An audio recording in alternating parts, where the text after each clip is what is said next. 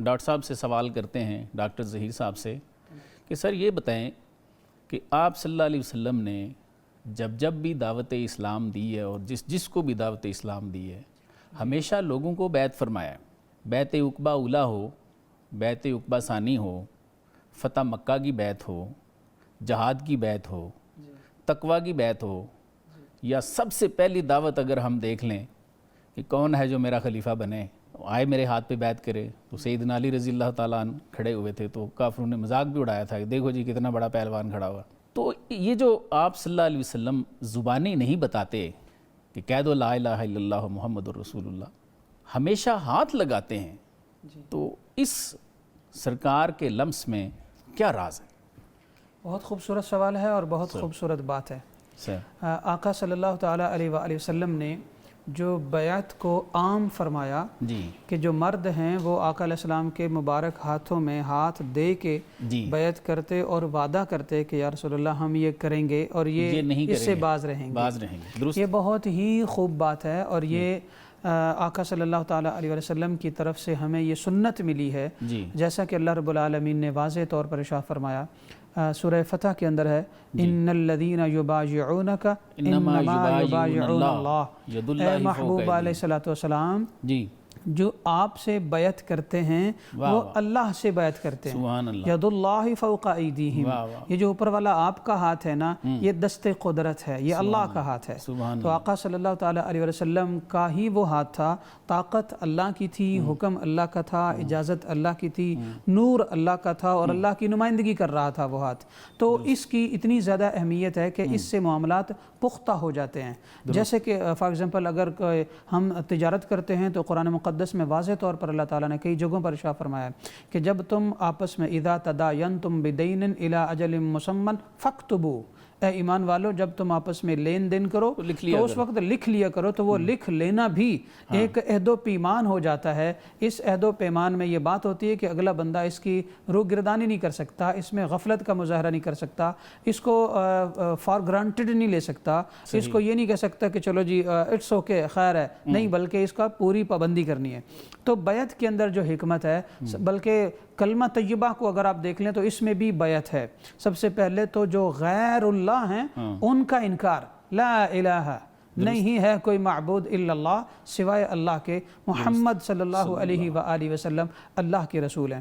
تو بیعت کا مطلب ہوتا ہے کہ جب ہاتھ میں ہاتھ دے دیا تو بس اب جو آپ فرمائیں گے وہ میں کروں گا، اور جو آپ کی مرضی اور منشا کے خلاف ہوگا وہ میں نہیں کروں گا.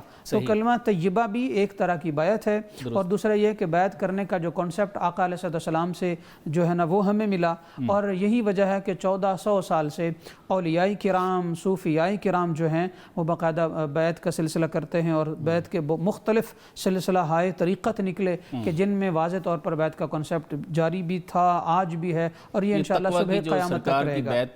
عرض کرتا ہوں یہ بیعت رضوان جو ہے اس کے بارے میں بھی فرمایا. پھر جو بیعت کی اہمیت ہے اس کے بارے میں ایک اور آیت مبارکہ ہے. اللہ تعالیٰ نے ارشاد فرمایا یوم ندعو کل اناس بامامہم، ہم قیامت کے دن ہر ایک کو اس کے امام کے پیچھے بلائیں گے. تو یہاں مفسرین کرام فرماتے ہیں کہ امام سے مراد مرشد ہے، امام سے مراد آپ کا رہبر و رہنما ہے، یا جو وہ امام ہے اس سے مراد جو ہے نا وہ آپ کے تقوی، طہارت، جس سے آپ کی عقیدت ہے، جس سے آپ کی عقیدتیں ہیں، جس کو آپ فالو کرتے ہیں. قیامت کے دن ہم اسی کے پیچھے آپ کو بلائیں گے. تو جو اللہ کے نبی کو فالو کرے گا وہ انہی کے پیچھے بلایا جائے گا. اسی طرح جو اہل بیت کو فالو کرے گا وہ انہی کے پیچھے بلایا جائے گا. اور یوں ہی یہ مثالیں اولیاء کرام کے حوالے سے ہیں. مگر یہ جو لمس ہے، آپ نے چونکہ لمس کی بات کی، تو یہ لمس کے اندر ایک ایسا احساس ہے جو اس وقت کے انسان کو تو بخش دیتا تھا. جیسا کہ جس آقا صلی اللہ تعالیٰ علیہ وسلم کے دست اقدس میں جس کا ہاتھ آ گیا، یہ کیسے ہو سکتا ہے کہ وہ جہنم میں جلے؟ تو آقا علیہ السلام نے ایک تو اپنائیت کے لیے جو صحابہ، مرد صحابہ تھے اور جو عورت فیمیل صحابیات تھیں، انہیں کپڑا پکڑانے کی بات، مگر جو مرد صحابہ ہیں ان کے ہاتھوں میں ہاتھ دے کر آقا علیہ السلام یہ مہر لگاتے تھے کہ یہ جسم جہنم میں نہیں جائے گا، کیونکہ کہ مصطفیٰ علیہ السلام کے جسد اطہر کے ساتھ لگ گیا ہے۔ تو آقا علیہ السلام کی بیعت کے حوالے سے تو آج بھی یہ فرض کا درجہ رکھتی ہے، مگر اپنے استاذ یا مرشد کے ہاتھوں میں ہاتھ ڈال کر بیعت کرنے کا مطلب یہ ہے کہ آج بھی ہم اس سنت کو زندہ کریں گے اور برائیوں سے، گناہوں سے، حرام سے اور ہر طرح کا حلال اپنائیں گے اور ہر طرح کے حرام سے بچیں گے۔ آج بھی ہمیں بیعت کرنی چاہیے تاکہ ہم جو ہے نا وہ اللہ تعالیٰ کی راہ پر، صوفیاء کرام کی راہ پر، اور وہ راستہ جو انعمت علیہم والا راستہ ہے، صراط الذین انعمت علیہم، کہ وہ جو انعام یافتہ لوگوں کا راستہ ہے اسی پر چلتے رہیں اور اس کو نہ چھوڑیں۔ سب میں دین کا ایک چھوٹا سا طالب علم، بہت چھوٹا سا، مجھے ایک اور بات سمجھ آتی ہے، ارشاد۔ وہ آپ سے رہنمائی بھی لیتے ہیں۔ بخاری شریف میں ایک حدیث ہے جی کہ ایک دن حضرت عمر رضی اللہ تعالیٰ عنہ حضور صلی اللہ علیہ وسلم کی بارگاہ اقدس میں حاضر ہوئے۔ جی تو آپ صلی اللہ علیہ وسلم نے ارشاد فرمایا، پوچھا عمر مجھ سے کتنی محبت کرتے ہو؟ تو انہوں نے جواب دیا کہ حضور بہت زیادہ کرتا ہوں۔ ہاں جی۔ آپ نے فرمایا کہ اپنی جان، مال، اولاد، ماں باپ جی بالکل سب سے زیادہ کرتے ہو؟ تو انہوں نے کہا حضور جان سے زیادہ تو نہیں کرتا، ہاں ایسا، باقی سب سے زیادہ کرتا ہوں۔ جی تو آپ نے ارشاد فرمایا کہ پھر تمہارا ایمان مکمل نہیں ہے۔ ایسے، مستند جو قرآن کے بعد ہماری حدیث کی کتاب ہے، یس، یہ حدیث اس موجود میں ہے؟ کلام ہے۔ ہاں جی تو آپ کو جب سرکار نے فرمایا کہ تمہارا تو ایمان ہی مکمل نہیں ہے، تو پریشان ہو گئے۔ ہاں جی۔ تو پھر آپ نے ارشاد فرمایا کہ اچھا قریب آؤ۔ تو جب عمر رضی اللہ تعالیٰ عنہ قریب آئے تو آپ نے ان کے سینے پہ اپنا دست شفقت رکھا۔ بالکل اس کے بعد پوچھا کہ اچھا اب بتاؤ، تو وہ حضرت عمر کا جو جملہ ہے وہ بھی لکھا ہے کہ حضور اسی کی قسم جس کے قبضے میں میری جان ہے، اب اپنی جان سے بھی زیادہ چاہتا ہوں۔ بے شک، سبحان اللہ۔ تو آپ نے کیا ارشاد فرمایا؟ آپ نے فرمایا ایمان مکمل ہو گیا ہے۔ یس بالکل ایسے۔ مجھے یہ سمجھ آتی ہے جی کہ آپ صلی اللہ علیہ وسلم کا وہ جو دست مبارک ہے، ہاں جی، وہ جس کو لگ جائے نا، وہ تو جس طرح ایک انجیکشن بھی اتنی جلدی تو اثر نہیں کرتا، ایسے، وہ اتنا بلند ہو جاتا ہے۔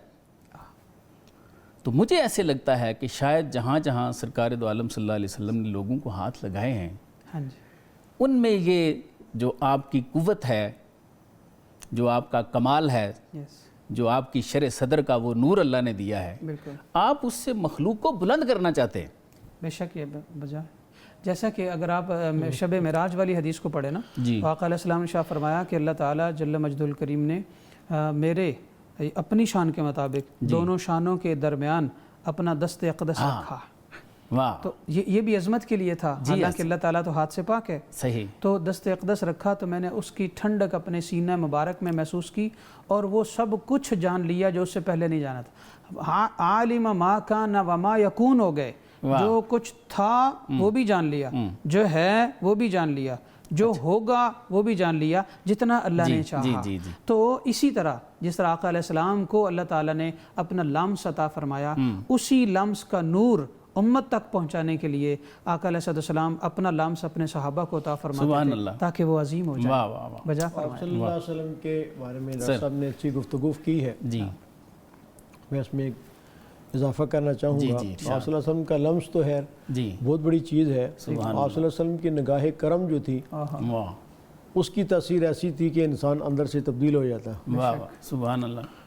ایک صحابی نماز فجر کے بعد یعنی ایمان لے کے آتے ہیں، ایک آدمی ہے، تو جب ایمان لے آئیں گے جب صحابی بن جائیں گے، جی، اور ظہر کی نماز سے پہلے غزوہ ہوتا ہے، جہاد ہوتا ہے، اس میں شہید ہو جاتے ہیں۔ سبحان اللہ۔ صحابہ ان پہ رش کرتے ہیں کہ ایک آدمی جس نے زندگی میں ایک نماز بھی نہیں پڑھی لیکن اتنے بڑے بلند مرتبے پہ فائز ہو گیا کہ اللہ رب العزت نے اسے شہید کا رتبہ عطا کیا اور سیدھا جنت میں چلا گیا۔ یہ کیا تھی؟ یہ آپ صلی اللہ علیہ وسلم کی نظر کرم کی تاثیر تھی، سبحان اللہ، کہ جس نظر کرم نے ان کو کچھ ہی گھنٹوں میں ایمان بھی عطا کر دیا اور اتنی قوت عطا فرما دی کہ وہ اپنی جان بھی اسلام پر انہیں قربان کر دی۔ سبحان اللہ، یہ تو نظر کرم کا سبحان اللہ وہ تھا۔ اس طرح کے واقعات اور بھی سیرت کی کتابوں میں ملتے ہیں کہ آپ صلی اللہ علیہ وسلم نے صرف دیکھا ہے، واہ واہ، تو وہ اللہ تعالیٰ نے ان کو ایمان کی جو ہے وہ ایمان کی دولت عطا فرما دی.